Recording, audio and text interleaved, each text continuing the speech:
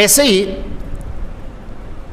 ایک اور حدیث مبارکہ میں اللہ کے نبی صلی اللہ علیہ وسلم نے فرمایا کہ جو بندہ صبح 10 مرتبہ شام 10 مرتبہ درود شریف پڑھتا ہے.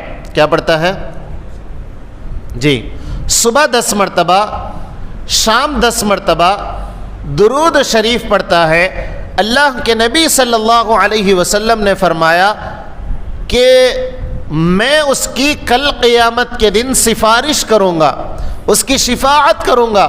گویا ہماری طرف سے وکیل اللہ کے نبی صلی اللہ علیہ وسلم ہوں گے اور اللہ سے درخواست کریں گے یہ وہ بندہ ہے جو مجھ پر روزانہ صبح و شام درود پڑھا کرتا تھا، لہذا آپ اسے جنت میں ڈالیے. اللہ کے نبی صلی اللہ علیہ وسلم نے فرمایا جو بندہ صبح و شام 10 مرتبہ درود شریف پڑھتا ہے، اللہ کے نبی صلی اللہ علیہ وسلم نے فرمایا کہ کل قیامت کے دن میں اس کی سفارش کروں گا. اگر کوئی بندہ اس سے زیادہ پڑھے، جیسے بہت سارے لوگوں کی عادت ہے کہ صبح 100 مرتبہ شام 100 مرتبہ، کوئی اس سے زائد پڑھتے ہیں، تو فضیلت ویسے ہی بڑھے گی. جتنا عدد کے اعتبار سے بڑھے گا، جتنا وہ درود شریف پڑھے گا، درود پڑھنے والے کے دل میں خود بخود اللہ کے نبی صلی اللہ علیہ وسلم کی محبت بیٹھ جاتی ہے، تو فضیلت بھی اتنی ہی زیادہ ہوگی. ایک اور حدیث مبارکہ ہے کہ اللہ کے نبی صلی اللہ علیہ وسلم نے فرمایا صبح کے وقت 3 مرتبہ روزانہ 3 مرتبہ صبح کے وقت اگر کوئی یہ الفاظ کو پڑھتا ہے، رضیت باللہ ربا وبالاسلام دینا وبمحمد نبیا. بہت مختصر الفاظ ہے، رضیت باللہ ربا وبالاسلام دینا وبمحمد نبیا صلی اللہ علیہ وسلم. حضرت منذر رضی اللہ تعالیٰ عنہ صحابی ہیں، وہ کہتے ہیں کہ اگر روزانہ صبح کے وقت 3 مرتبہ پڑھے گا، اللہ کے نبی صلی اللہ علیہ وسلم ہاتھ پکڑ کر جنت میں داخل کریں گے. سبحان اللہ. جو بندہ روزانہ 3 مرتبہ ان الفاظ کو صبح پڑھے گا، رضیت باللہ ربا وبالاسلام دینا وبمحمد نبیا صلی اللہ علیہ وسلم، اللہ کے نبی صلی اللہ علیہ وسلم کل قیامت کے دن ہاتھ پکڑ کر اس کو جنت میں داخل کریں گے. اس حدیث کو پڑھتے ہیں اور ان جیسی حدیثوں کو پڑھتے ہیں تو سمجھ میں ایک بات آتی ہے کہ اللہ ہرگز نہیں چاہتے کہ کوئی میرا بندہ جہنم میں جائے. اللہ نہیں چاہتے کوئی بندہ جہنم میں جائے، بس کسی طریقے سے وہ جنت میں چلا جائے.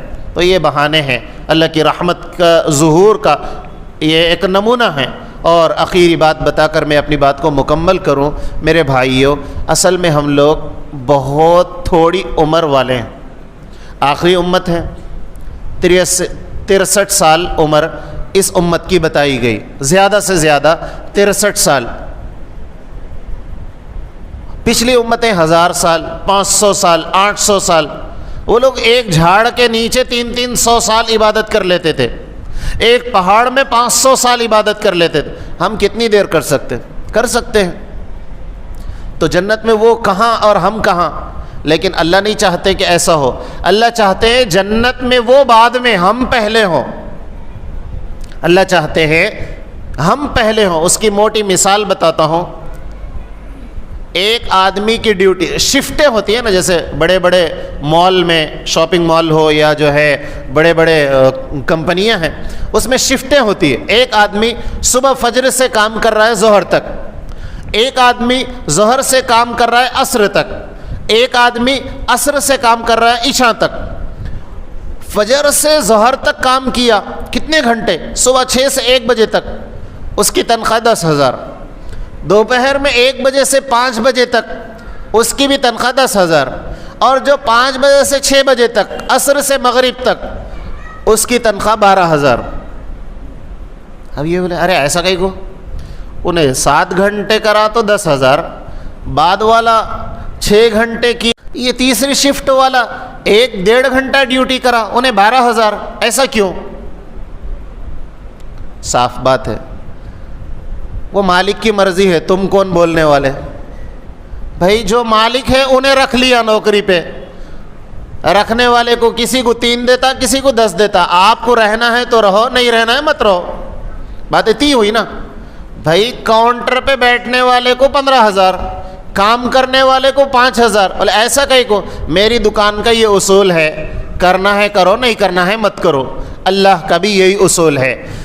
وہ جو فجر سے ظہر تک کام کرنے والے ہیں وہ حضرت موسیٰ علیہ السلام کی امت ہے، اتنی لمبی عبادت تھوڑا ثواب۔ وہ ظہر سے عصر تک کام کرنے والے وہ حضرت عیسیٰ علیہ السلام کی امت ہے، کام زیادہ ثواب تھوڑا۔ یہ جو عصر سے مغرب تک ہے وہ ہم ہیں، امت محمدیہ صلی اللہ علیہ وسلم، چھوٹی شفٹ، ثواب بڑا، ایسا کہیں کو، اللہ کی مرضی ہے، یہ اللہ کا کرم ہے اس امت پر۔